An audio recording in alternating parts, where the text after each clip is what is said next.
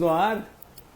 Finalmente estamos no ar com mais um Papo de Cultura aqui no Instagram do Diário de Santa Maria.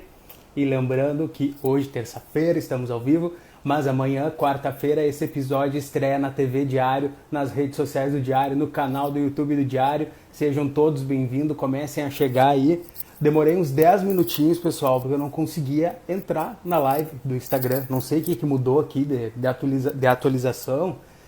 Não consegui iniciar a live. Que sufoco, que desespero. 10 minutos tentando. Aí eu consegui, fica a dica. Eu apertei no botãozinho de volume para começar a live, porque tava sem botão aqui. Mas vamos continuar. Hoje a gente fala a respeito de um assunto muito importante que a gente precisa falar sobre isso, a gente precisa naturalizar isso, trazer para a nossa realidade, e o Papo de Cultura vai falar sobre, então, o dia de conscientização do HIV. O que a gente vai fazer? A gente vai trazer um case que vive com HIV, que é um influenciador digital. Ele é santamariense, mas vive fora de Santa Maria há alguns anos, que é o Lucian Ambros.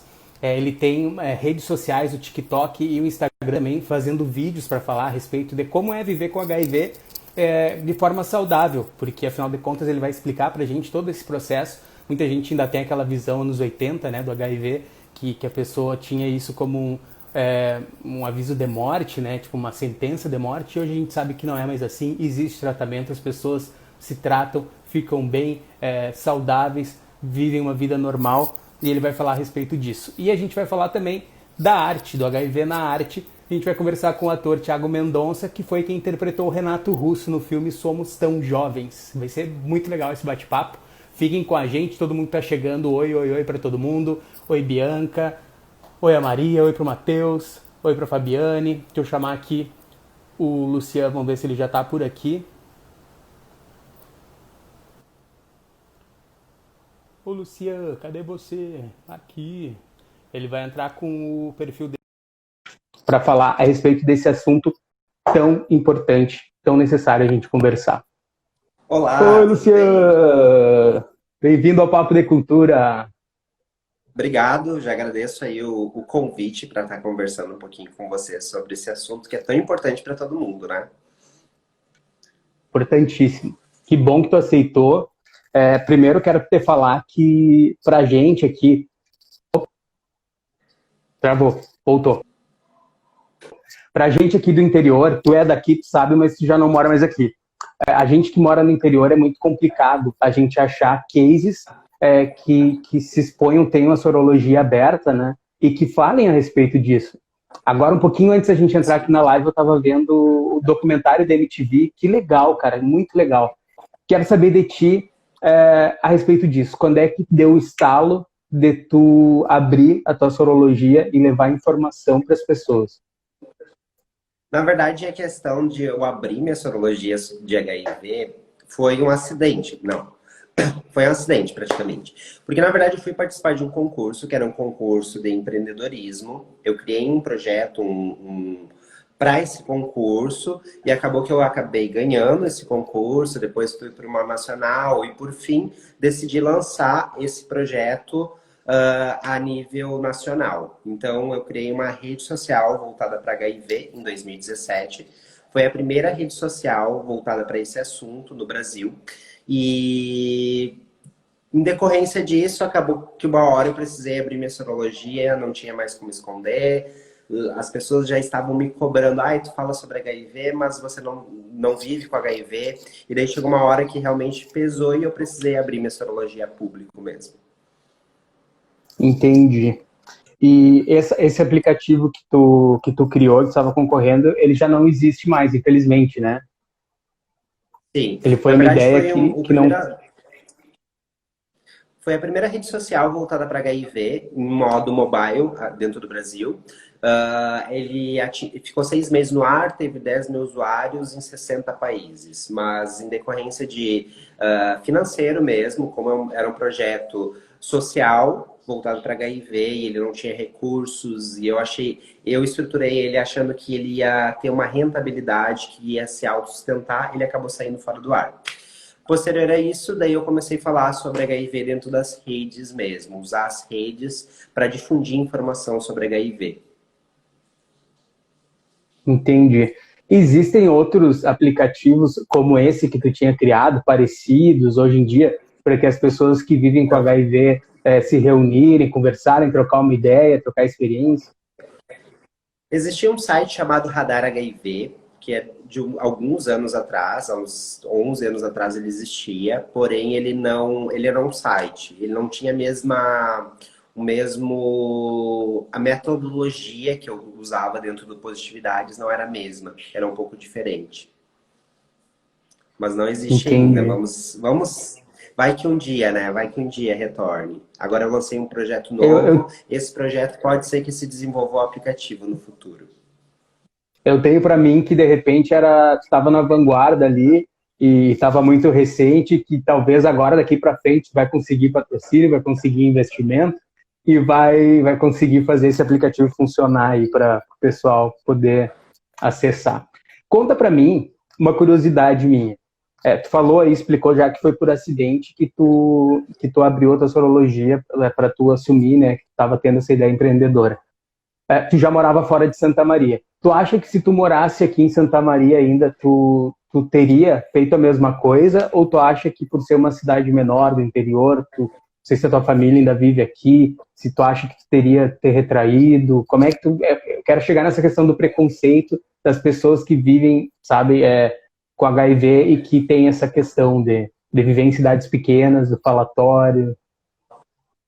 Sim. Então, eu saí de Santa Maria faz muitos anos. Eu tinha 18 anos. Isso já fazem 15 anos. Então, e eu nunca consegui me enquadrar dentro de Santa Maria, porque eu via que é uma cidade ainda com um conservadorismo muito alto e há uma dificuldade de certas questões em Santa Maria. Exemplo, HIV, muita gente em Santa Maria ainda vê como uma sentença de morte, vê como se fosse uma coisa só de promíscuos, vê como se fosse uma coisa só de gays. Só que isso mudou, entende? Entendi. Tu mora onde hoje em dia? É em Balneário Camboriú? Balneário Camboriú, Santa Catarina. Tá. E qual foi o contexto que tu saiu daqui de Santa Maria? Saiu para estudar, para trabalhar? Na verdade, na época que eu saí de Santa Maria, eu tinha 18 anos. Eu fui morar em Porto Alegre, atrás de boy.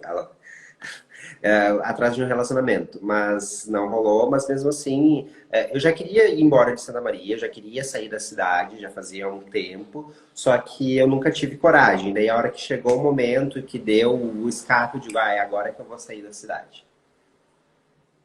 Certo. Vamos chegar agora na questão do teste.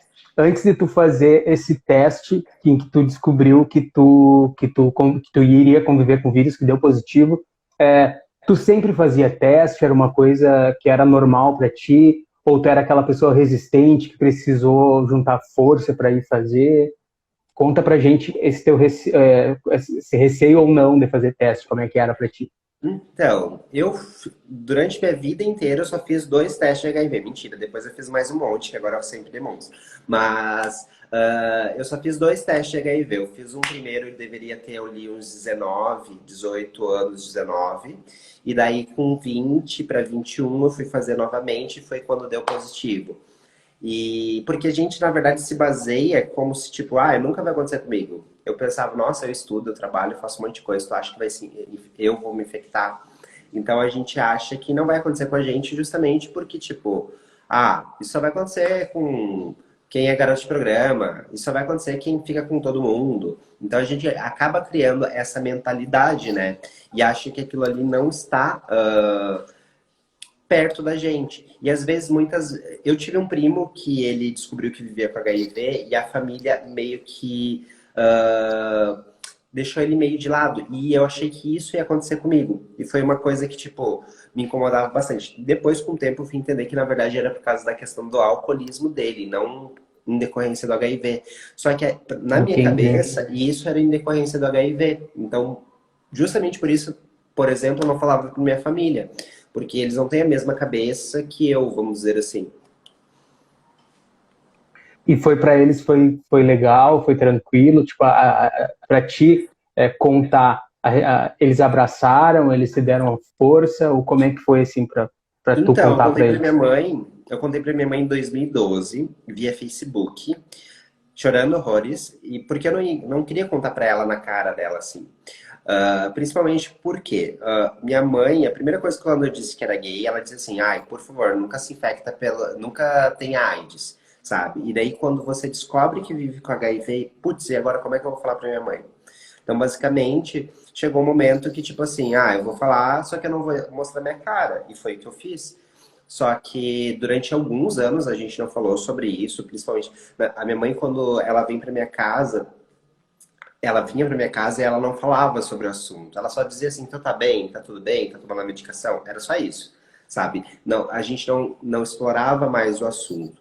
E quando chegou o momento de eu abrir a sorologia, daí eu abri primeiro pra ela, disse, mãe, tá na hora de abrir porque o negócio tá começando a ampliar e eu preciso abrir a sorologia até por uma questão de lógica, né?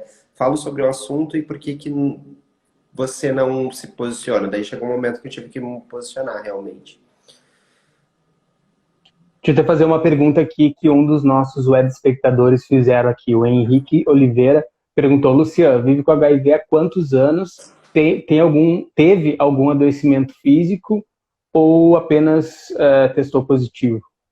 Então, eu vivo com HIV há 11 anos. Eu tive uma relação de cerca de 3 meses com um menino sem preservativo. E a amiga dele disse para mim fazer o teste de HIV. Eu fui, fiz o teste e acabou dando positivo. Basicamente isso, eu não tive sintomas. Eu fiquei muitos anos ainda sem ter sintomas. Eu fiquei 4 anos sem fazer tratamento, só para vocês terem uma ideia. 4 anos sem tratamento. Sim. Porque Mas na é que, época não era disponibilizado ou como é que funcionava? na Conta para mim, verdade, esse era é o próximo passo da pergunta, inclusive. Depois de testar positivo, como que era há 11 anos essa questão? Já começava o tratamento de imediato? Não começava? Tinha que ficar vendo a carga viral? não, existia um protocolo, na verdade. O protocolo era uma pessoa que vivia com HIV e tivesse uma CD4 abaixo de 300, iniciava a medicação de HIV. Se você não tivesse a CD4 abaixo de 300, você podia optar por tomar medicação ou não. Grande parte não fazia isso. E eu tinha medo da medicação, então, para mim, era, tipo, era uma coisa que me apavorava ter que tomar medicação. Então, eu sempre dava um jeitinho de sair e não tomar a medicação justamente porque eu tinha medo, achava que eu ia ficar magro, achava que eu ia ter lipodistrofia, achava um monte de coisa na minha cabeça que aos poucos eu consegui ir quebrando com relação a isso. E essa demora de 4 anos de tomar medicação, eu acabei tendo uma tuberculose. Se talvez eu tivesse iniciado a medicação antes, talvez eu não tivesse tuberculose, talvez eu teria evitado várias outras consequências que isso acabou trazendo, né? Entendi. Tu tinha medo em função do efeito colateral, essas coisas assim? Eu achava que ia ficar magro, eu ficava pensando, nossa, imagina as pessoas vão me ver com a perna magrinha assim, ou o que, que as pessoas vão me julgar? Eu achava que o rosto ia ficar chupado, eu pensava que a pele ia ficar cinza, eu achava um monte de coisa. E foram Mas isso não paranoias. seria Isso não seria o contrário? Tipo, as pessoas que diagnosticavam HIV antes e quando nem tinha o medicamento ainda, a magreza, esse aspecto, assim, a gente lembra muito do Cazuza lá, bem magrinho, na fase terminal. Sim. Essa visão dos anos 80, né? Não seria justamente por não tomar o medicamento, mas tu associava ao contrário, tu associava ao medicamento. Mas as pessoas, na verdade, elas associam ainda isso. Porque por mais que tu saiba que tem um tratamento eficaz, você acha que vai ter efeitos colaterais que são adversos, que podem influenciar na tua aparência. É claro que algumas pessoas têm esses efeitos colaterais, mas não são todas, entendeu? Mas na minha cabeça eu ia ter todos os efeitos colaterais. Pra ter uma ideia, a primeira vez que eu dormi, que eu fui tomar medicação de HIV, eu literalmente dormi com um balde e eu pedi para um amigo dormir lá em casa, porque eu disse assim, nossa, imagina se eu vou passar mal, se ele tiver que me levar para o hospital. Eu já tinha feito todo um planejamento do que eu iria fazer no primeiro dia que eu tomei a medicação, porque eu tinha muito medo da medicação. E no fim, tu sentiu algum sintoma? Então, na verdade, o primeiro dia eu tomei a medicação, parecia que eu estava meio bêbado ou meio chapado. Daí no segundo dia eu disse, nossa, vou ter de novo. Daí não tive mais. Na verdade, eu tive depois de um tempo uma alteração de triglicerídeos, mas daí, há pouco tempo atrás, eu comecei a estudar por que que eu tive alteração de triglicerídeos. E daí, eu constatei que talvez não fosse da medicação, talvez era a minha alimentação e talvez a forma como eu estava conduzindo o meu tratamento, porque eu não fazia academia, não fazia uma dieta, não fazia nada. E depois que eu parei e iniciei uma dieta, o meu organismo, ele alterou e, tipo, hoje minha CD4 levou, meus triglicerídeos mudaram também. E eu comecei a notar que, tipo assim, se durante um período eu começasse a fazer uma dieta irregular ou mudasse a forma que eu fizesse, pronto, os triglicerídeos alteravam, entendeu? Então pode ser que realmente eu liguei a efeito colateral, mas pode ser que não seja um efeito colateral, e sim o mau uso que eu fazia da medicação e do resto do tratamento.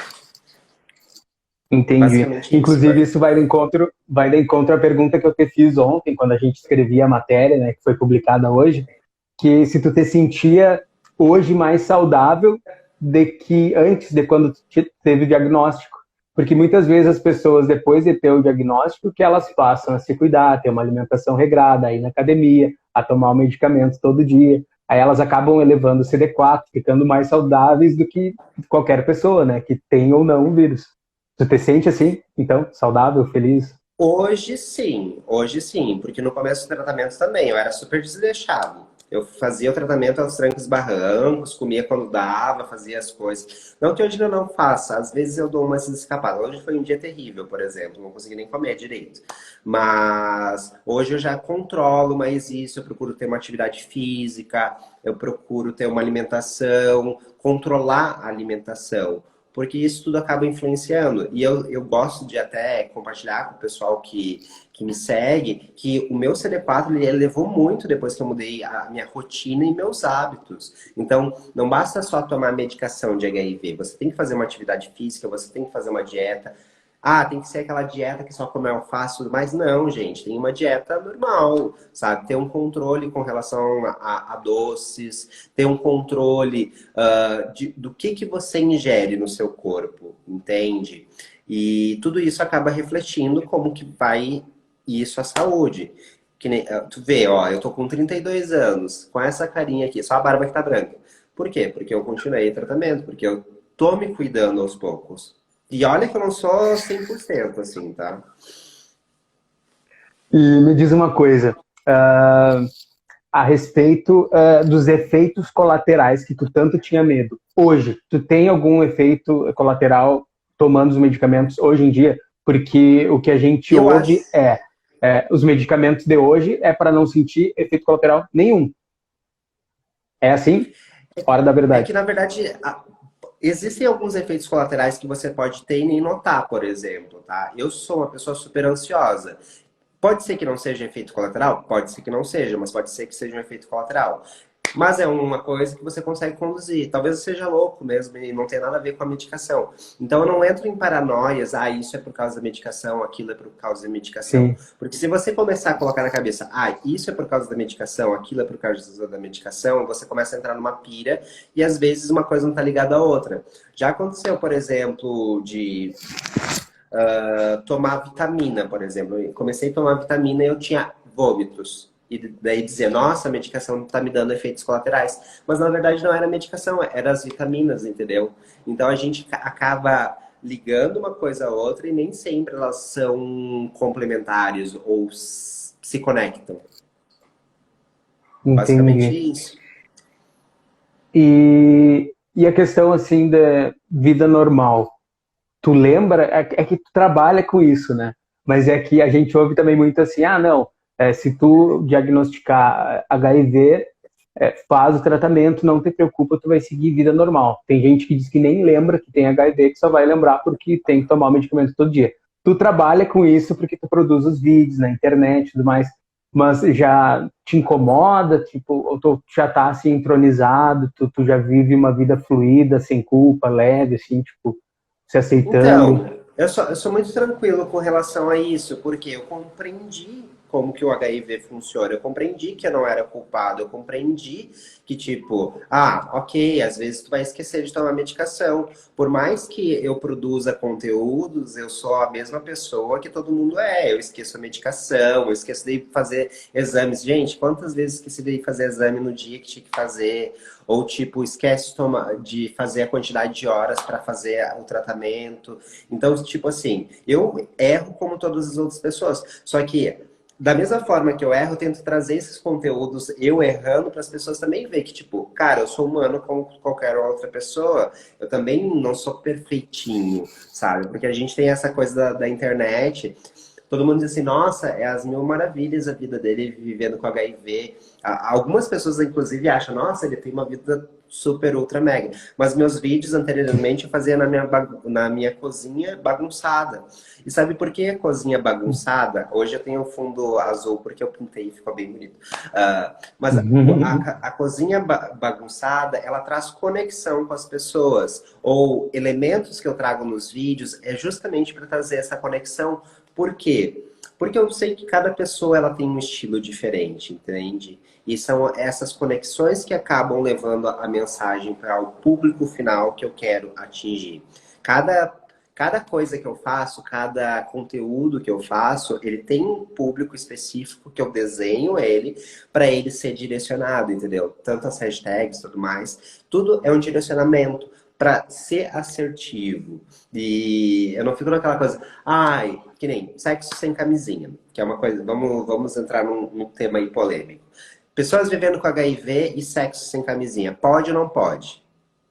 Você faz o que quer da sua vida, entendeu? Já transei sem camisinha? Já transei sem camisinha, mas eu sei até que ponto eu posso fazer isso e eu sei com quem que eu posso fazer isso. Eu tenho um diálogo com as pessoas. Todo mundo me pergunta, tu conta pra todo mundo que você vive com HIV? Eu conto pra todo mundo. A pessoa, ela está ciente. Quer transar sem camisinha? É uma escolha minha, é uma escolha do parceiro, ou pode ser a escolha dos dois usarem preservativo, enfim. Existem várias formas de você se prevenir e a gente não pode condenar como que a pessoa age ou de que forma ela faz as coisas na sua vida. Até porque, se eu não me engano, me corrija se eu estiver errado, estar indetectável é uma das formas de prevenção, certo? Exatamente. Hoje em dia não é só mais preservativo. Exatamente. Inclusive me incomodava bastante, porque quando eu falava indetectável, também é um método de prevenção, as pessoas super me criticavam. Nossa, mas você está culpabilizando a pessoa que vive com HIV para cuidar do outro. Gente, você estando indetectável, você se protege e protege automaticamente as pessoas que você se relaciona. Não é aquela coisa, porque estou culpabilizando a pessoa que vive com HIV. Nenhum momento. Você está se protegendo e protegendo com quem você se relaciona. Basicamente isso. Certo. Sabe que ontem também na matéria que a gente publicou hoje, deve ter lido ali, que eu conversei com o pessoal da Políticas de HIV de Santa Maria. Eles falaram que tem 2.500 pessoas vivendo com HIV em Santa Maria, né? Oficialmente, que tiveram diagnóstico. Desse universo, 1.800 e 1.800 alguma coisa fazem o tratamento, provavelmente estão indetectáveis, né? Ou trabalhando para isso. Sim. E 600 e poucas não querem, não fizeram tratamento por algum motivo, sabe? E dessas, 17 morreram no último ano, né? Porque optaram por não fazer o tratamento. Inclusive, a gente está trabalhando, apurando isso com profissionais da saúde, a gente quer ver se consegue entrevistar alguém que optou por não fazer o tratamento, para entender, para tentar entender. Eu queria saber de ti, assim, tu conhece casos de pessoas que optaram por não fazer? O que que tu acha a respeito disso? Tu Eu acho vê, que assim, assim, tipo, razão? a gente precisa entender o contexto da pessoa. Por que ela não quer fazer o tratamento? A gente sabe que Santa Maria é outra realidade. A gente tem uma questão que tem uma vulnerabilidade maior. Se a gente pegar alguns bairros de Santa Maria, realmente a gente sabe que tem uma precariedade, a gente tem um estigma muito grande.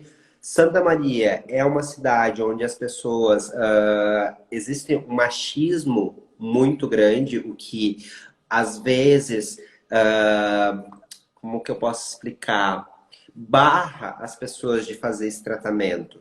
Porque existe um estigma muito grande na cidade que é pequena e tem essas outras vulnerabilidades que a gente acaba não vendo. Às vezes a pessoa não tem a passagem de ônibus para ir fazer o tratamento, às vezes ela mora com mais pessoas na família e tem vergonha e tem medo de como as pessoas vão reagir se achar a medicação dela. Às vezes a pessoa ela tem medo ou vergonha de pegar a medicação, sabe? E isso tudo eu já passei. E eu te digo assim, ó, era um, é terrível tu ter que buscar medicação. Mas depois que você começa a trabalhar isso na mente, tu começa a botar na cabeça que, tipo, não, isso é importante pra mim, você começa a ver que, tipo, não, pera, para, vou buscar medicação porque eu vou estar cuidando de mim. Eu trabalho bastante aqui dentro da página também aquela coisa da autoaceitação. Que tipo, cara, você sabe que tem um problema. Você ou fica ali e deixa o problema ali te corroer, ou tu vai lá e corre atrás e muda esse problema. E hoje o que eu tento é fazer com que as pessoas mudem o problema que está na vida delas, que é a falta de medicação, enfim, todas essas coisas. É isso aí. Não adianta a gente criticar, né, o negacionismo alheio, tipo, ah, fulano é negacionista, terraplanista, e a gente também tipo, negar, né, algum problema nosso. Eu sei que é difícil, deve ser difícil também, tipo, para várias pessoas que colocam muros, né, tipo, só que é a própria pessoa que coloca esse muro às vezes. É legal que repensem, que bom que tem figuras como tu, assim, que aproximam e naturalizam tanto esse assunto. É, para que as outras pessoas se sintam próximas, né? Inclusive, tu sente o peso dessa responsabilidade que tu tem, assim, de falar com mais de 50 mil pessoas que te seguem nas redes, e como é importante isso, tu para, assim, para pensar, nossa, Assim, olha, ó, é uma coisa, é que eu fico muito feliz porque eu recebo vários feedbacks. Às vezes eu tô triste, assim. Teve uns dias aí que às vezes eu fico pensando, e dezembro foi antes de começar a campanha, foi uma coisa que eu pensei bastante. Porque eu precisava dar um stop. A campanha Dezembro Indetectável é esse stop porque eu queria dar visibilidade para outras pessoas e ter outros agentes. Por quê? Eu sou uma pessoa que fala sobre HIV, mas às vezes eu não atinjo um público específico. Porque a minha linguagem talvez não esteja chegando lá naquela pessoa, ou talvez eu não tenha uma representatividade para essa pessoa, ou regionalidade também é uma coisa que tipo, acaba me barrando, porque realmente eu não tenho conhecimento sobre alguns tipos de culturas. A campanha é justamente para conectar as pessoas nessa vazão. E a questão principal da criação de conteúdo, eu me cobro muito na questão de conteúdos. Eu tento produzir todos os dias conteúdo, porque eu sei, tem gente que fica esperando que eu poste um vídeo, por exemplo, entende? E tu acha que eu acabo me sentindo culpado se eu não entrego alguma coisa para aquela pessoa. Porque eu sei que, tipo assim, cara, e eu sou uma pessoa super ansiosa, assim, sabe? O que que vai vir de novo? O que que vai acontecer de novo? E dezembro, principalmente, a gente vê um monte de informações, aquela informação. Todo mundo, se tu for ver ali, todo mundo tá falando primeiro de dezembro, primeiro de dezembro, primeiro de dezembro. Ok, legal falar primeiro de dezembro, mas vamos falar sobre informação. Eu digo para os meus seguidores fazerem assim: pega meus videozinhos dançando e manda pro povo, diz assim, olha esse cara ridículo dançando aqui. Porque eu não me interesso na dança, entendeu? As dancinhas eu faço mais pra me divertir mesmo, quando eu vou produzir um conteúdo. O que me interessa ali é levar a informação, é que aquela informação que está contida no vídeo chegue ao meu público-alvo, que é as pessoas destinadas àquele determinado assunto. Às vezes as pessoas me criticam até, ah, tua informação tá capenga, ou tem essa informação incorreta. Porque é para um público específico. Eu preciso errar para conseguir chegar naquele público, entende? Mas eu acho que o que mais está pesando para mim na questão de falar sobre HIV é a questão de haters, assim. E não é hater de tipo, me esculachando por viver com HIV. É o próprio meio que fala sobre HIV me criticando. Porque quando você tá fazendo alguma coisa e as pessoas começam a se incomodar, é porque tá fazendo certo, né? Mas o problema é quando vem todo o tempo e são de pessoas influenciadores de HIV, que eu tô numa luta que é a mesma da pessoa e é uma crítica, há uma briga de egos na questão de HIV. E isso acaba me sufocando, assim. às vezes. E por que isso acontece? Qual que é a crítica? Vamos dizer assim, por exemplo, as falas. As minhas falas, elas são falas para ser falas didáticas, populares e que seja lúdico. Esse é meu conteúdo, tá? O básico aqui do meu conteúdo, gente. Ó, se tem alguém aí que quer produzir, já pega essas dicas. E esse é minha vertente. E daí chegar, é porque tu tá falando esse termo errado. Eu tô nem aí pro termo, eu quero levar a mensagem, entendeu? Porque não adianta a gente pegar e dizer, você tem que usar termos assim, assado, politicamente correto, sendo que você sabe que não vai atingir um público. Se eu chegar pra uma pessoa e dizer assim, vou pegar um exemplo aqui pra ti. HIV é o vírus, AIDS é um quadro clínico, ou um estágio, tá?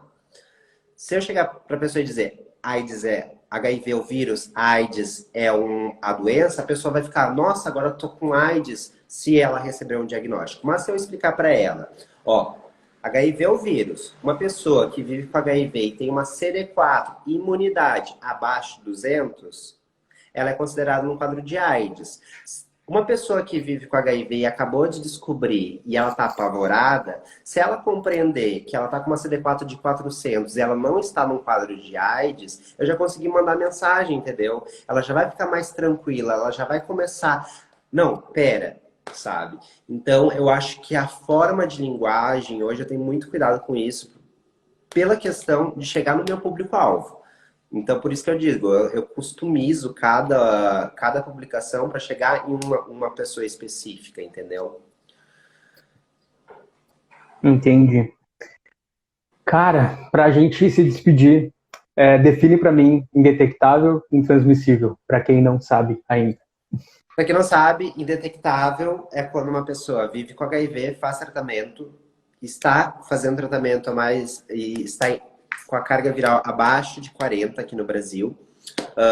Há mais de 6 meses, ela não transmite mais o vírus via sexual. Isso é comprovado cientificamente, existem 3 estudos falando sobre isso, estudo Partner 1, estudo Partner 2 e o Positive Attract, que foi feito com mais de 2.000 pessoas, comprovando cientificamente que uma pessoa vivendo com HIV estando indetectável não transmite mais o vírus via sexual e também evita doenças oportunistas.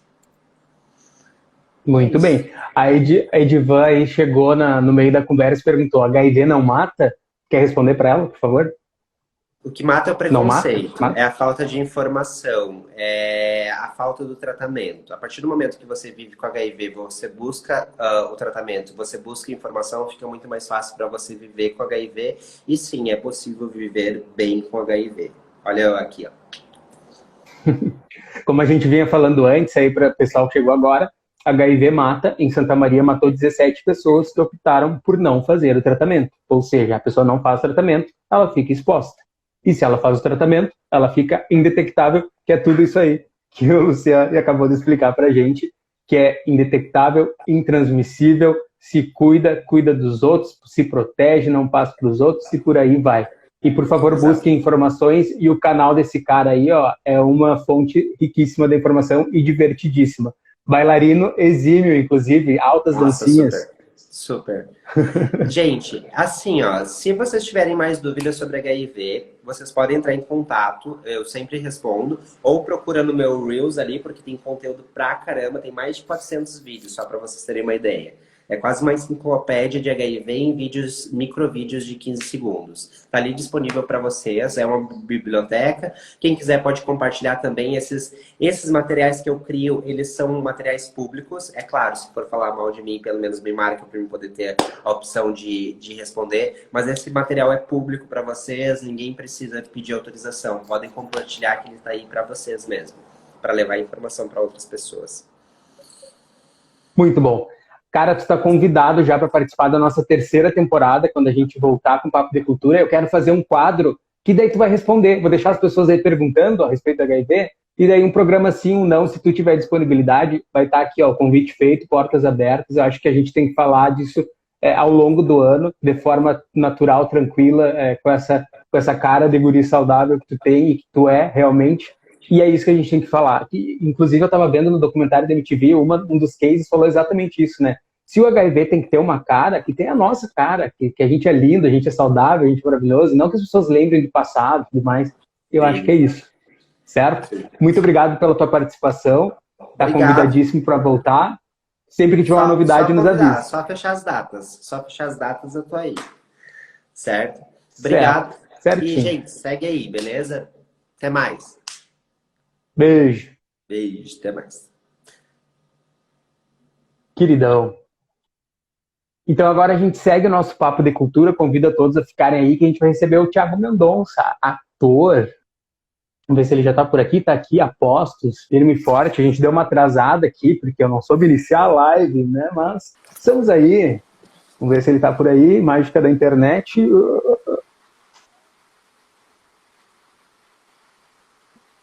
Que de tu? Estamos conectando a Thiago Mendonça.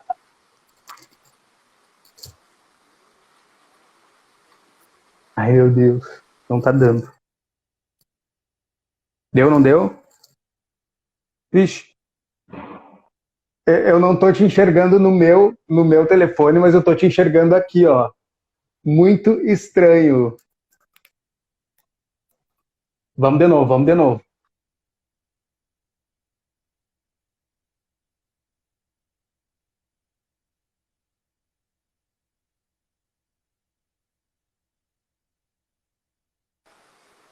Vamos ver se agora vai. Mais uma vez, pra Problemas mim da fica só uma internet, né, tela gente? branca, Internet, assim. programa ao vivo, é assim. Que de tu? Hello, como é que a gente faz? E Vamos pior que tentar agora mais fui eu que te uma. chamei, né? Antes você que tinha me chamado. Enfim, querido, pra mim a sua metade tá branca. Agora eu entrei com Tiaguinho, não tô espectador, eu vi conseguindo. você Vou fazer o explicando que você me seguinte. vê do outro Sai aparelho. da Não sei nossa o que tá live e pegando. volta.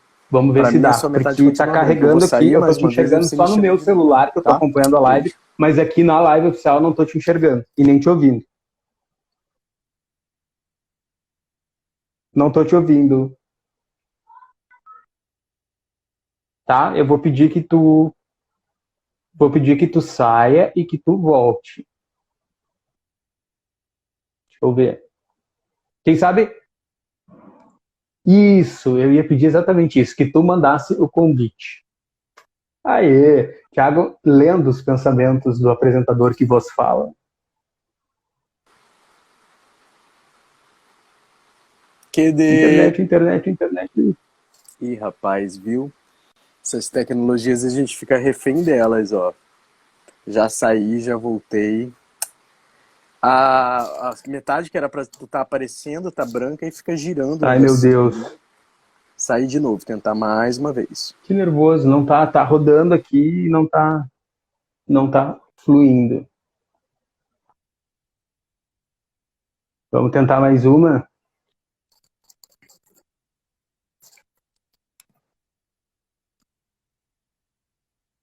Vamos fazer o seguinte, ó, Thiago, se a gente tentar agora e não der, eu vou reiniciar a live e daí tu volta aqui e a gente conversa. Eu não vou perder essa oportunidade. A gente faz em 2 blocos. Depois, amanhã, o pessoal da edição que se vire. Aê, deu Finalmente! certo! E aí? Pera aí, Como é que agora tá, deixa... queridão? Ainda tem uma pergunta aqui do Henrique, não tem? Pra você tá aparecendo? Lucian Apareceu, mas a vive... gente já fez. A gente já Então, fez. mas ela tá na minha cara aqui. Pra ti, não? Para aí, deixa eu ver. Não, pra mim não. Pra mim Tá ela tá normal. tapadona aqui na minha cara, ó. Coisa louca. Vários tilts. Conta E pra aí? mim como é que tá. Tudo Eu bem? tô bem, tirando esses tilts aqui, que agora eu não consigo ver nem a pergunta das pessoas, porque tá travado na pergunta do Henrique Oliveira. Que é muito legal, inclusive, eu tava lendo os comentários dele e eu super me identifico, assim, Uhum. porque, enfim, eu também não sou positivo, então, quando você me convidou, eu até fiquei pensando, nossa, mas como eu posso contribuir, né, para essa conversa? O Lucian tão, né, elucidando as dúvidas e as aflições são comuns, pessoas que descobrem a sorologia. Como é que eu posso contribuir para essa conversa, né? Eu acho que é mais ou menos parecido com o Henrique, assim, na tentativa mesmo que eu busco na minha vida, nas minhas relações, que é quebrar esses estigmas, sabe? Esses preconceitos, assim, porque eu acho que até a pergunta, né, de uma pessoa que estava aqui falando se o HIV mata, cara, eu acho que o que Uhum. mata, né, é a ignorância, a falta de conhecimento, o preconceito, essas coisas todas que a gente carrega desses estigmas que foram emprestados para a doença lá no início e que, enfim, perduram até hoje. Mas, Exatamente. enfim, estamos aí. Como eu falei no início do programa, a gente quis trazer o relato do Luciano, né, que vive com HIV, é influenciador digital e traz Importantíssimo, informação a né? respeito disso, e a visão artística também, porque afinal de contas, tu interpretou ninguém mais, ninguém menos do que o grande gênio da música, do rock Sim, nacional, que é o Renato Russo, e que infelizmente morreu em função disso, né? Tu não sim. fica pensando, cara, tipo, imagina se ele tivesse hoje HIV. Ele ia estar se tratando, ele ia estar bem, ele não ia ter morrido disso e ainda seria uma baita voz para falar sobre o tratamento. Porque se a gente parar para pensar, não tem artistas que dizem hoje que tem HIV e que, sabe, e que bancam assim a sorologia e que falariam desse tratamento que é tão importante, sabe? Tipo, Cara, eu não até lembro de tem, nenhum, por exemplo. do âmbito assim, não, mas eu tenho no meu ciclo de amizades até. Tem o Ramon Nunes, um poeta que fez uma coletânea linda do Tente Entender o que eu tento dizer, o que eu quero dizer, mas é porque também a gente pensa, né? Igual você está falando de Santa Maria, né? Uma cidade pequena, mas eu acho que no âmbito geral ainda existe muito preconceito. Seria Uhum. importantíssimo. Mas até mesmo sair do armário, se assumir, né, assumir as orientações sexuais de um tempo para cá que tem acontecido de uma forma mais natural, se a gente rebobina, volta 10 anos de história, também a pessoa ia sofrer vários preconceitos. E é um direito que a pessoa tem, né? A pessoa abre a sua sorologia Sim, quando ela se sente à vontade. Eu acho que, né? Mas é óbvio um que direito seria de. segurado por lei, É, inclusive. eu nem sei se o Renato. Porque, assim, falando, eu não tenho propriedade, né? Eu não sou o cara. E eu estudei ele numa fase na juventude. Foi até uma das orientações da família, assim, que não se contasse a história de um roqueiro que morre em decorrência das complicações do HIV ou da AIDS. Sabe, essa era uma história que a família não queria contar, elas queriam contar, porque isso todo mundo viu, né? O Renato, enfim, ele não escondeu, ele preservava a vida dele, mas todos sabiam. E a imprensa até pegou mais leve do que ele, do que pegaram com Cazuza, né? Aquela matéria da Veja super escrota, assim. E era um outro tempo, para você ver como as coisas vão se transformando. Mas eu não consigo imaginar como seria hoje em dia, como o Renato se portaria, porque ele sempre se sentiu muito inadequado, né? Ele sempre sentiu que não era desse lugar aqui. E muitos de nós às vezes sentem, né? Porque é tudo muito confuso, tá cheio de muita gente ruim, mas tem muita gente boa também. Mas pra gente se sentir um ET não é difícil, né? Sentir que não faz parte disso tudo. Então eu não consigo especular, assim. Mas na época do Renato, em 96, se eu não me engano, ele faleceu. 93. Eu acho que foi 93 ou quando ele lançou, olha, quando ele lançou o Stonewall Celebration Concert, no encartezinho do disco e do CD, ele já botou ali telefone de várias ONGs, de várias instituições. A gente está falando de uma época pré-internet, né? Então as pessoas, para procurar às vezes telefone dos lugares, tinham que ir para a lista telefônica. E o Renato, ele Sim, fez esse serviço. O encartezinho dele tinham vários telefones de ONGs, Grupo Arco-Íris e Viva Cazuza. Eram as últimas folhas ali com esse serviço. Então ele, em vida, ele, na época dele, como ele podia, ele já prestou esse esclarecimento. Então, com certeza, ele seria de grande valia. Ele era um cara muito sim. especial, enfim. Mas, É, assim, o que me preocupou, Cassiano, foi porque... Oi, Kevin. O que me preocupou porque, assim, tipo, passou o Luciano, tem você e agora eu. Então, mais uma vez, nós estamos abordando, né, nesse Dia Mundial da AIDS. Aqui no Brasil ganha o nome de Dia Mundial contra o HIV. Eu acho que a gente tem que ir contra o preconceito, a gente tem que ir contra a ignorância da população. O vírus existe, né, e a gente tem que se cuidar, se preservar, e uma vez que está, né, positivo, se cuidar da melhor forma possível, com os tratamentos que tem. A minha mãe é diabética e eu vejo ela se furando com uma seringa para aplicar insulina 4 vezes por dia. Meus amigos positivos e as pessoas que eu me relaciono tomam um comprimido antes de dormir. Então, quer dizer, a doença, existem doenças muito mais graves, mas que não estão estigmatizadas com preconceitos ou não vinculam ao ato sexual Exato, exato. ou a determinado grupo que é marginalizado pela sexualidade. Então, o problema não está na doença em si. Ela é até de um tratamento muito mais simples e menos agressivo do que muitas outras doenças. O problema está nos preconceitos criados e ainda enraizado no nosso imaginário. Achar que é uma doença que vem da promiscuidade ou de certos grupos com determinadas orientações sexuais, isso que tem que mudar, porque isso está errado. Até mesmo porque o que é a promiscuidade? Promiscuidade é o sexo do outro, né? O nosso é o limpinho. Agora o que o outro faz, a gente aponta o dedo e chama de promíscuo. Eu acho que todo mundo tem direito de fazer o que quiser. É, muita hipocrisia. Então eu acho que assim, o mais grave e o que precisa se lutar contra não é o do HIV, mas lutar contra essa hipocrisia, contra essa ignorância, contra esse preconceito. Então acho que seja o Dia Mundial de luta contra o preconceito ou contra a ignorância. Para mim, aqui no Brasil, porque lá internacionalmente é World AIDS Day. Que até em inglês, se eu não me engano, AIDS é cuidado, né? É um verbo, é cuidado. Então poderia ter até uma outra tradução. Agora aqui a gente fala luta contra HIV. Então parece que a gente quer uma coisa que está lutando sempre. Não, a gente luta contra... E aí, né, as pessoas positivas, a gente vê de um outro... Não, cara, a gente tem que lutar contra o preconceito, contra a ignorância que é comum a qualquer pessoa, de qualquer sorologia. Enfim, tô falando pra caralho, mas era a ansiedade que eu tava ouvindo tanto aqui. Quando a gente fala exatamente contra a AIDS ou combate a AIDS, a gente acaba colocando no mesmo pacote as pessoas que vivem com HIV, né? Sim, e como o Luciano também tentou nos explicar ali, HIV e AIDS são coisas diferentes. Inclusive, quem faz o tratamento, que descobre que tem o HIV, começa a fazer o tratamento, diferente da pessoa que tem a diabetes, que tem hipertensão e que toma os medicamentos porque tem uma doença, quem tem o HIV toma o medicamento para não ter uma doença. A pessoa não tem uma doença, ela tem um vírus. Então, tipo, assim, isso tudo a gente tem que pensar e tem que raciocinar. No assunto, mas até onde eu sei, ninguém morre de HIV. Ninguém morre de AIDS. Em decorrência das complicações, a pessoa vai morrer de uma pneumonia, vai morrer de um resfriado que seja. Mas é alguma outra doença oportunista que toma conta daquele organismo que está debilitado devido à presença do vírus. E só está debilitado se a pessoa não faz tratamento. Porque se ela faz, está indetectável, ela pode ser mais saudável do que as pessoas que têm sorologia negativa. Exatamente. Então, assim, o pior de tudo é o preconceito, sabe?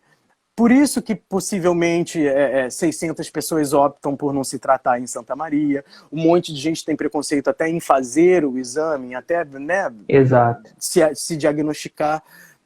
Então o problema é o preconceito, não o vírus em si. Porque hoje em dia, espero que todos saibam e sejam esclarecidos a ponto de saber que essa doença não está vinculada a determinado grupo. Não existe essa coisa que diziam nos anos 80 de grupo de risco. Grupo de risco é qualquer ser humano. Não tem isso, igual agora, querem no início da Covid, falava, grupo de risco são os idosos. Não são, somos qualquer outro. Eu tenho um amigo de 30 e tanto que pegou e está entubado, sabe? Então não existe isso. Quando a gente fala grupo de risco, parece que é da responsabilidade só daquelas pessoas, né? E não, é responsabilidade de todo mundo. Se cuidar, ter atenção, até mesmo porque todo mundo está sujeito a isso. Quer dizer, a não ser as pessoas sejam castas e nem sei se existem, né? Mas, não sei também. Talvez não. Fora isso, quem nunca cometeu um ato irresponsável e tudo mais, depois... Quer dizer, nem sei se... Irresponsável também se foi contra a sua vontade, né? Porque, como o Luciano está falando, se for uma coisa acordada... E hoje em dia tem PrEP, tem PEP. Então, eu acho assim, se todos tivessem conhecimento... poucos até se infectariam, porque, né, você transou com uma pessoa que você não conhece, e que sem julgamentos, e que você não sabe, você se descuidou ou rompeu o preservativo, que também é coisa... Cara, eu acho que você tem até 72 horas, né, para procurar o tratamento e tomar o PEP. Então, se a pessoa já tem o conhecimento disso, se a gente tem aulas de educação sexual como se deveria ter, ou se essas coisas são discutidas no âmbito familiar, nos ciclos de amizade, isso vai ficar conhecido. Então, essa pessoa, se ela se expôs ao risco, ela já vai saber que buscando aquele tratamento, beleza. eu tenho amigos que, enfim, não tinham conhecimento disso e por isso se infectaram. Mas hoje vivem muito mais saudável do que eu. Tenho uma saúde quando fazem os exames, estão melhores Acabam do se que eu, cuidando mais. que por acaso tem a sorologia negativa também, porque porque isso foi uma preocupação, Cassiano, quando você me convidou, porque assim, soma Lucian, você e eu, nós somos 3 gays cis falando sobre, então parece que a gente está reforçando esse estigma, sabe? Eu acho que no meu lugar aqui, talvez fosse mais saudável ter uma mulher, né? Porque, por mais que se saiba, eu acho que existem pessoas ignorantes que conseguem vinculando essa doença somente a gays. Então, sabe, eu acho que quando você falou que era eu, você e Luciano, caralho, mas a gente não vai estar reforçando essa ideia? Olha lá, 3 gays. Falar do Renato. Artista, claro, é artista. Não, cara, todo mundo. Tem médico, tem dentista, tem professor, tem jogador de qualquer esporte. Então, a gente continua associando, assim, com esses preconceitos que a gente ainda carrega, né? Associando a determinados grupos, aos artistas, porque leva uma vida assim. Nada, cara. Vai, qualquer um. Peraí, deixa eu ler aqui as pessoas. Fala você um pouco aí, que eu já estou falando. Deixa eu dar um oi, então, para quem está chegando aí. O brasiliano chegou, a Edivan chegou, o Henrique está ali conversando. É que tem gente tirando dúvidas, o Henrique Oliveira está super falando aqui também. Muito legal. Sanando dúvidas, falando a respeito aí do cenário, tirando dúvidas ali da Edivan. Mas a questão, na verdade, é como eu falei também no início da live, para Santa Maria é muito difícil. Foi a primeira vez que a gente conversou com um case, que é santamariense, e que vive com HIV. Uma coisa, quando você diz case, o que é case? É um caso?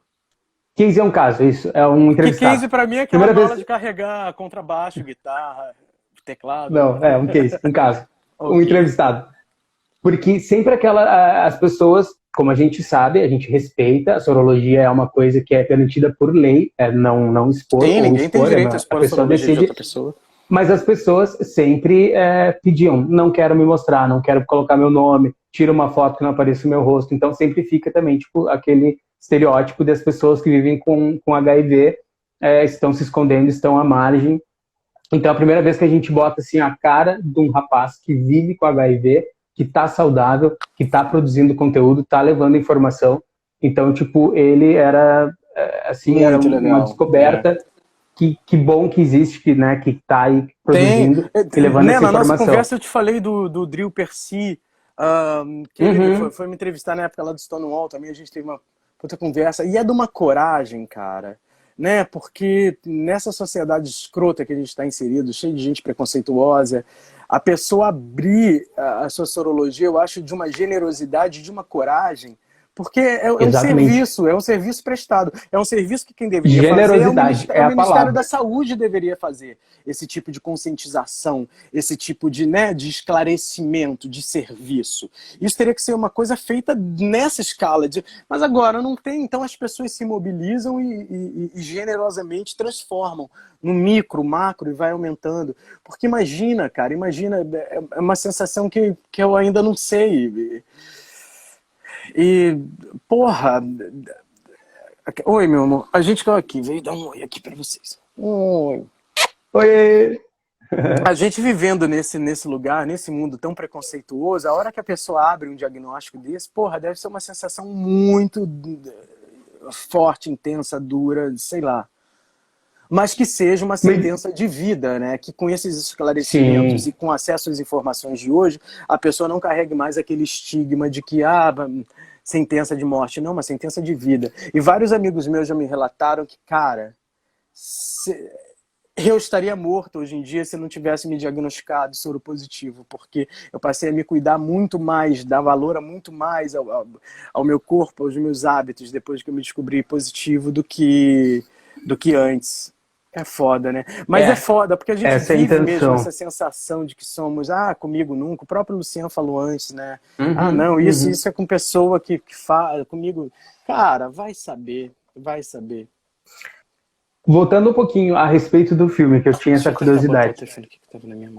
Quando tu não sei se foi convidado ou se foi escalado, mas tu sabia já que o filme não ia chegar até a morte dele, como tu falou que a família deu uma prévia, O roteiro, já de primeira? sim, a intenção do roteiro sempre foi mostrar a história do Renato que a gente não conhecia, como esse mito foi forjado, né? Antes do estrelato, de virar o Renato Russo no filme, assim, né? O Renato Russo da Legião, porque dali pra frente a história todo mundo já sabia. Então a intenção sempre foi contar essa fatia do tempo mesmo, da juventude dele, que você percebe toda essa genialidade, toda essa potência ali nesse jogo, que coincidentemente foi o período que ele produziu a grande parte da musicografia dele, foi toda feita nessa adolescência ali, nessa parte que o filme conta. Mas foi um Não deu misto nem de... para tu se emocionar, assim, dizer, vou emagrecer 20 quilos para fazer a fase que ele tá mais magro, que tu não nem chegou a projetar, porque tu já foi pautado ali, tipo, vai ser Não, nessa fase. eu viveria esse ídolo adolescente, assim, e tal. Ah, e nem sei como seria viver essa outra fase, sabe? Teria que ser um mergulho muito sério, feito de uma... Quer dizer, como o filme como um todo fez, mas com uma E é a atenção próxima muito... pergunta. A próxima pergunta, o Qual? filme teria uma sequência? Poderia ter? Eu te perguntei isso, eu falei que ia Não, perguntar isso. eu acho pouco provável. É uma outra história. Quer dizer, né? Não sei. Fontoura tá ainda estamos aí. E tem muita história para contar realmente do Renato. Mas o que eu tava falando é que se o filme chegasse nessa fase, todo o trabalho de ator que eu faço me dedicando por inteiro e enfim, dando o meu melhor e fazendo o melhor que eu posso. Mas essa seria uma fase muito delicada, que eu acho que exigiria de mim uma dedicação muito maior, assim, até mesmo pra gente não cair nesse estereótipo. Né, vai retratar, aí emagrece, bota a pele mais escura, debilitada. Não, cara, a gente sabe que a cara não é mais essa. Essa aí era a cara da doença nos anos 80, quando não existiam os tratamentos e o acesso aos tratamentos que tem hoje. E outra coisa, a gente falando aqui dessa coisa toda, a gente tem que falar mais uma vez e valorizar o SUS. A gente vive num dos poucos países onde esse tratamento ele é disponibilizado de forma gratuita. Isto é um privilégio, porque uma pessoa soropositiva para se tratar anualmente nos Estados Unidos, ela gasta cerca de 20 mil dólares anuais. Então essa é a grana que a pessoa teria que ter para ela viver, para ela sobreviver, né? Porque sem o tratamento a gente sabe que a pessoa pode ficar fragilizada e ser acometida por uma doença besta como uma gripe. E via óbito. Então, esse tratamento, isso é mais uma conquista do SUS. Então, mais uma vez, nós temos que defender o SUS e saber a importância que ele tem. Mas eu não sou soropositivo, eu não uso. Porra, mas tem muita gente que usa. Enfim. Mas só para ressaltar isso. E não usa hoje. Pode vir que um dia possa vir ter que usar, né? Então a gente tem sempre Sim, que a pensar. gente é É que nem claro. aquela questão da doação de sangue. Tipo, eu não vou doar sangue porque eu não preciso ter sangue. Um dia tu pode vir a precisar. Alguém da tua família, alguém próximo pode vir a precisar. Então a gente tem que pensar no coletivo. Sim, sim. Então é mais uma coisa para a gente valorizar assim, esse sistema único de saúde. Que se tem problemas, tem. O problema não está na estrutura do SUS, está no médico que vai desviar as seringas, que vai, sabe, tá no gestor, no governante, que não vai encaminhar a verba necessária para aquele hospital, para aquele posto de saúde, que não vai abastecer de medicamento. Então o problema não está no sistema. O problema está, mais uma vez, nesses vícios dessa corja que nos governa. Da grande maioria, né? E eu tô bem triste porque em Porto Alegre perdemos uma chance, em São Paulo perdemos uma puta chance, mas enfim, um movimento foi De feito, novo. espero que algum dia essa onda... enfim, mas é muita coisa para se falar. Mas, Né? cara, é isso tudo. Mas voltando a falar do filme, assim, eu talvez pode ser que aconteça uma sequência, mas eu acho que a sequência tá aí, a sequência tá no YouTube, tá no Google, se você jogar, você já vai ter acesso aos shows deles todos ali pra frente. Mas pode ser que sim, mas Que talvez nem joia. seja eu, né? Talvez seja um outro ator, são tantos atores aí. Sim, pode ser. Eu É, também pensei, tipo, em musical, em teatro, sobre a vida do Renato já Russo, de teve. repente tu Na volte a verdade, viver. quando eu fazia as minhas vezes de repórter, eu tinha um programa de teatro chamado WTN Ensina. Eu nem sabia que eu ia interpretar Renato. Na verdade, o programa, se eu fiz dos Filhos em 2003... Cara, o WTN deve ter sido em 2005, por aí. eu, como entrevistador, fui entrevistar o Bruce Gonlewski.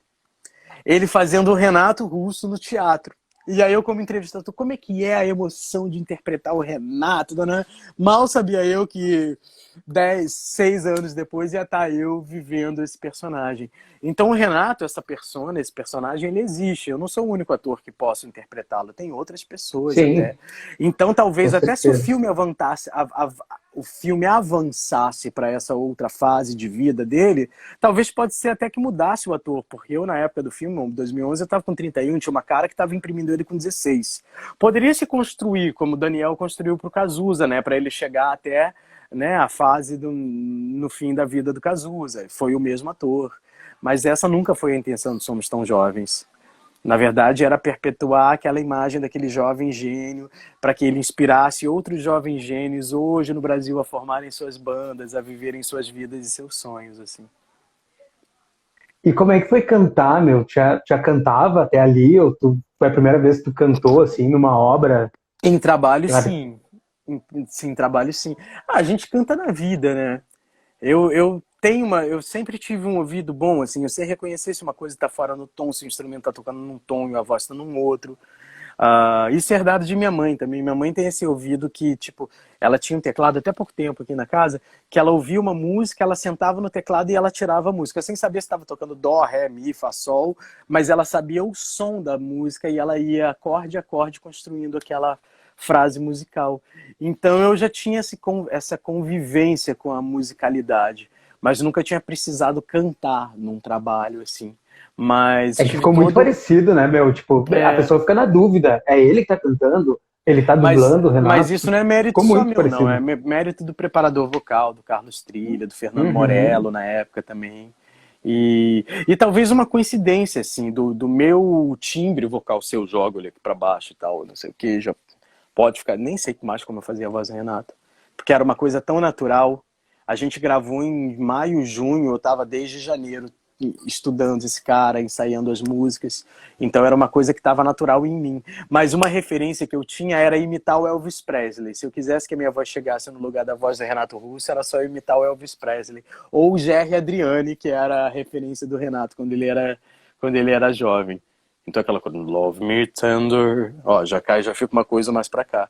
Então, coincidentemente, eu tenho um timbre vocal parecido com o do Renato, se eu ponho a minha voz no peito aqui nesse lugar, assim. Então, essas Que coincidências joia. todas foram aproveitadas.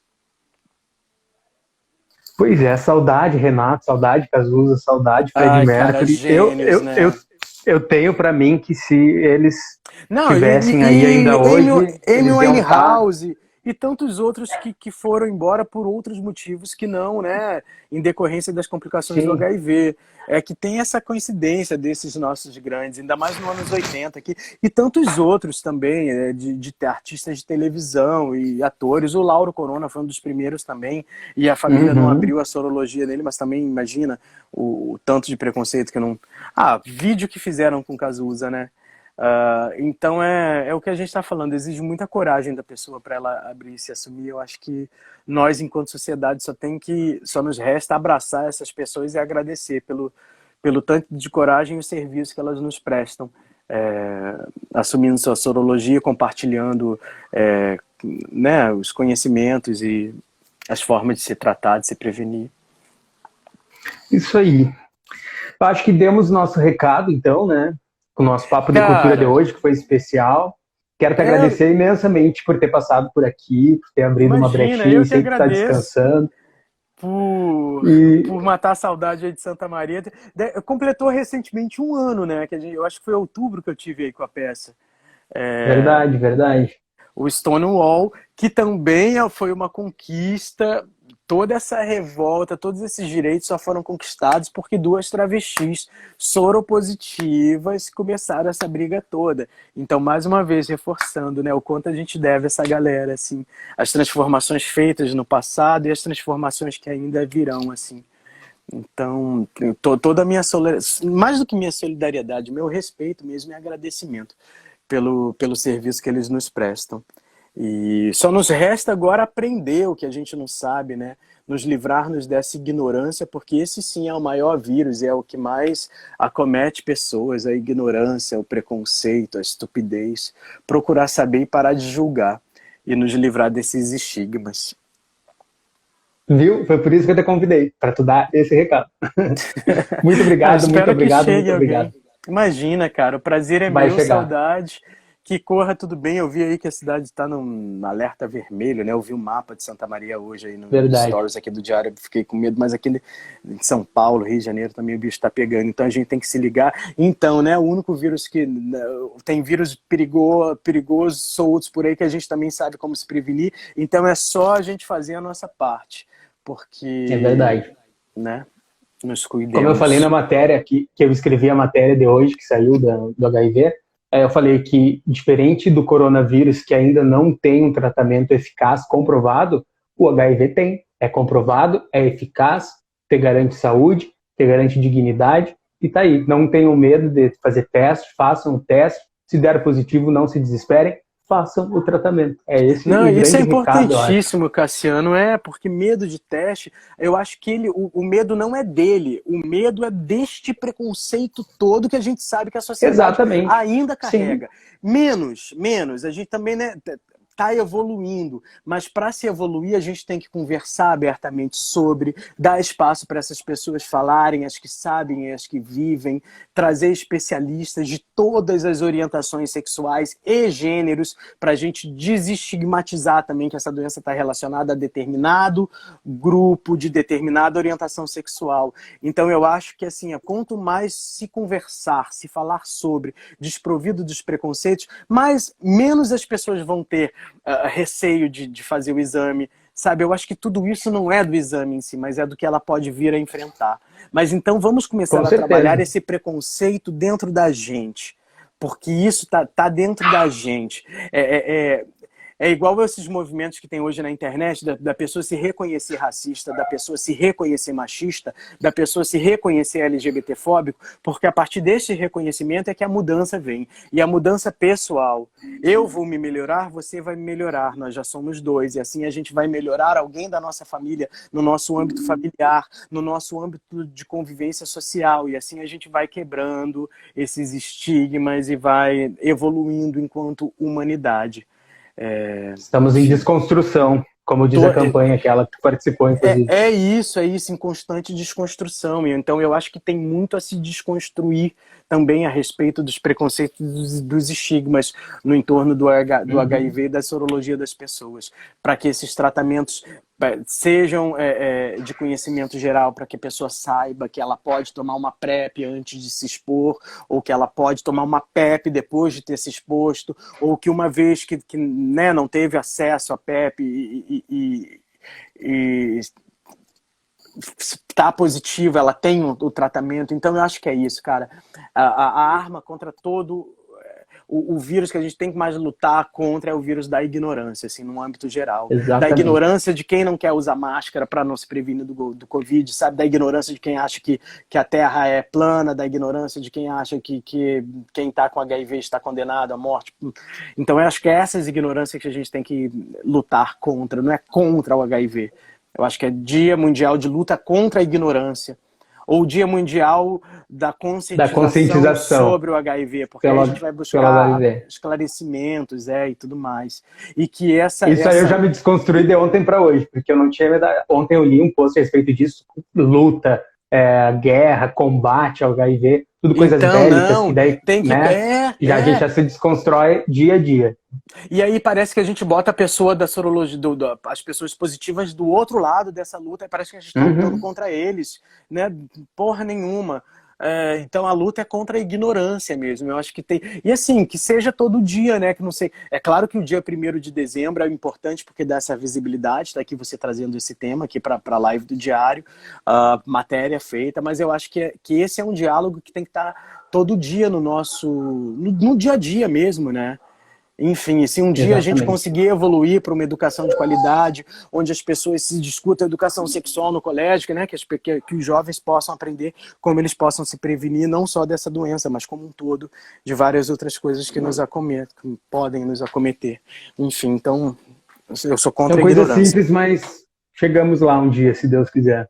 Né? É, Dá cara, um desânimo tomara, às vezes. já tá transformando. Pessoas como o Luciano assim, nos mostram que essa transformação é possível e tomara que daqui a pouco venha uma outra geração. Eu já sou de uma geração que eu cresci, o preservativo já fez parte da minha educação sexual, sabe? Uhum. É, mas também eu sou um cara que nasceu em 1980, que cresci nesses 88, 89, quando a gente viu esses ídolos indo embora, anos 90, porque ainda não tinha acesso a esses tratamentos.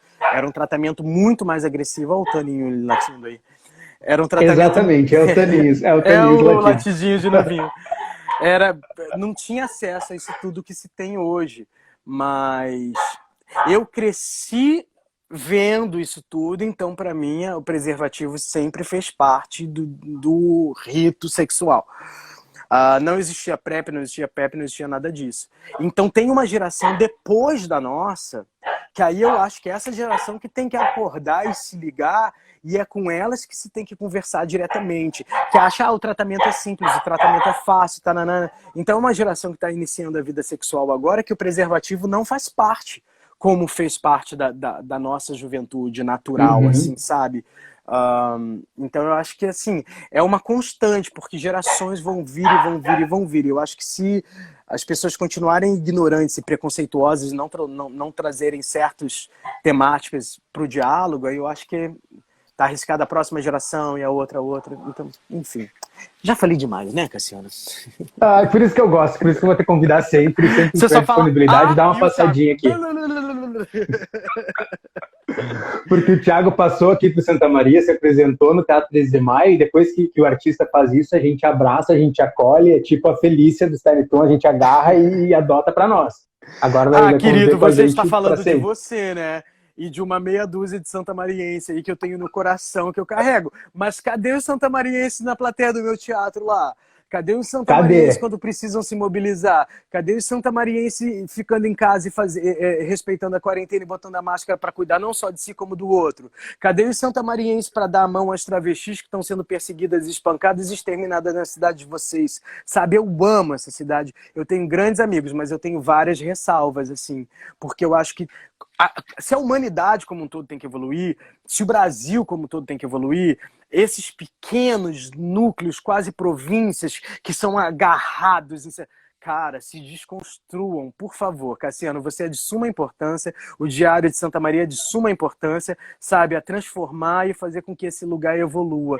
A gente teve altas conversas depois que eu voltei daí, né, da peça e tudo mais, depois que eu vi notícias de travesti sendo assassinada e nenhuma mobilização na cidade, ninguém fazendo marcha, ninguém fazendo protesto para se chamar a atenção. Essas pessoas morrem a cada dia nas esquinas e nas escuras e não se discute. Como não se discute o HIV, como se... Cara, por favor, se desconstruam e vamos evoluir junto aí, né? Esse puxão de orelha é fundamental para que as pessoas ouçam, mas também tem que fazer um contraponto que sim, teve a marcha, o pessoal daqui se mobilizou. Claro que tem que, não é só gueto, eu acho que as pessoas não têm que também só os travestis ir pelos travestis, as mulheres trans Claro, vestir a camiseta, é todo mundo, é todo mundo. E todo esse puxão de mundo. orelha é fundamental, tanto para a plateia do teatro, que é cultura, tanto para as pessoas que estão vendo as pessoas trans morrerem e não fazem nada, quanto para muita coisa que Santa Maria tem que levar, ó, exatamente esse chacoalhão aí que tu deu.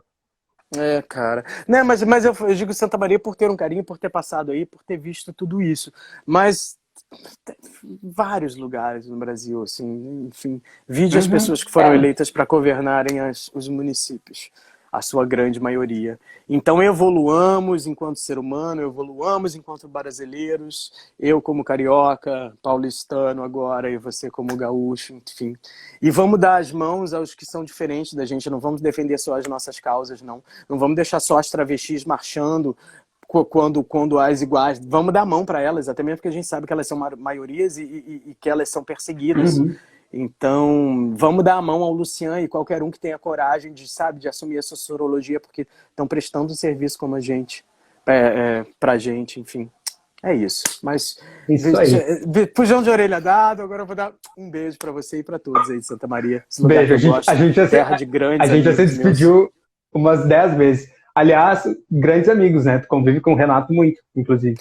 Sim, o Renato, o Sig também é daí, enfim, dentre tantas outras pessoas. E é isso. Evoluamos como um Te, todo. te esperamos de volta aqui. Conte as novidades quando tiver. E vamos lotar aquele teatro. Certo? Ô, cara, que lindo será. Pode deixar assim, eu te conto e vamos deixar esse ano virar aí para essas energias renovarem. Porque até te rolou uma oportunidade agora de fazer Stonewall mais uma vez no final do ano, mas eu já tinha me aquietado, sabe? Assim, por mais que eu acho que um assunto seja pertinente de ser dito para sempre, eu acho que eu fiz ano passado para celebrar e tudo mais, mas eu acho que já tá ficando datada, sabe? Porque eu tô me incomodando de ver eu, gay, cis, branco, falando disso. Eu acho que tem que dar lugares para esses corpos trans e Tá. mais dissidentes, Mas sabe? calma, Não, porque é importante. super calmo e importante. Usei da minha visibilidade do espaço que eu tinha Sim, para trazer sim. essa temática, enfim, você acha que me levava para os cantos. Mas eu acho que a evolução e o passo seguinte vai ser eu ver esses corpos pelos quais a quem eu dou a mão e luto junto, ver eles ocupando os espaços deles, sabe? Deles, delas, delex, enfim, assim, de todos os Aliás, gêneros. tu foi a primeira pessoa que me respondeu uma entrevista com o gênero neutro, com o todes, com os meninos. E agora, inclusive, eu vi essa repercussão toda no Rio de Janeiro, da escola que oficializou isso. Pensei, bah, há um ano eu não tinha visto ninguém me responder. O Thiago foi a primeira pessoa que me respondeu Que com o gênero legal, neutro. cara. Então, mas era a peça Stonewall falava da luta de duas travestis, e aí, junto disso, na minha convivência, no meu ciclo de amizade, eu tenho amigos amigos agêneres. Então, eu acho que é uma linguagem inclusiva. Eu acho que essa é uma luta constante por inclusão, por esclarecimento, por conhecimento, para quebra desses estigmas de preconceito. Então, por que não? Não me custa nada trocar um ódio, uma palavra, para, sabe? E a gente sabe que a nossa língua, mas o português está correto. Eu sei que está correto, mas se você sabe que a sua fala correta ofende alguém ou não inclui alguém, que resistência escrota é essa que você tem de modificar o seu modo de falar para continuar ofendendo alguém, sabe? Então acho que a gente tem que evoluir. Então se eu mudo uma letra e incluo uma pá de pessoas no meu discurso, por que não fazê-lo? Então eu torço para que um dia a língua portuguesa avance e deixe de ser machista, de tratar o coletivo como masculino, sabe? Então vamos tratar o coletivo como uma forma neutra, já que nesse coletivo pode Né? existir homens, mulheres e trans e agêneres e enfim, e toda uma pá e gama de sexualidades dissidentes que a gente sabe que existe. E não adianta negar a existência delas, você preconceituoso aí, porque elas vão continuar existindo e resistindo. E se você parar para perceber, os grandes passos da humanidade, do avanço, são dados por essas pessoas que transgridem a norminha que você está agarrado aí, que não abre mão de mudar. Obrigado, viu? Por De todos nada. esses Beijo, recados. Brasilino. Beijo pra todos que estão aqui. Beijo pra ti, Cassiano. Dá um beijo no Thanos e no Taninho. Não, é o Taninho, E o mais Jacob. velho. O Jacob. O Jake. Jake morrendo de ciúme. Ele tá impossível. Beijo, beijo, beijo, beijo. Muito Beijo, obrigado por ter vindo querido. aqui. Beijo pra todos. Tchau, tchau. Tchau, tchau. Vamos terminando aqui, então, o nosso Papo de Cultura. Muito obrigado a todo mundo que participou, que mandou pergunta, que interagiu. Muito obrigado para quem está nos assistindo pela TV Diário também, que estreia quarta-feira esse episódio. Canal 526 e 26 da NET, nas nossas redes sociais, no canal do YouTube. A gente vai ficando por aqui. Semana que vem a gente tem mais programa. Semana que vem a gente vai receber influenciadores digitais daqui de Santa Maria que ganharam o mundo. A gente vai conversar com a Gabriele Irion, que saiu de Santa Maria e está nos Estados Unidos, vai passar aqui com a família dela para conversar, está com quase 200 mil seguidores no canal dela no YouTube, e vamos ver se a Bruna Manzon consegue vir também, porque a Bruna Manzon está de mudança lá em São Paulo, ela vai vir falar a respeito de várias novidades aí, uma polêmica que ela entrou também, que ela tirou as próteses de silicone, mostrou para dar um serviço, e muita gente criticou, muita gente apoiou, vamos ouvir o que ela tem para nos contar, novidades também. Beijo para todos, fiquem com Deus, boa semana, até terça que vem. Feito!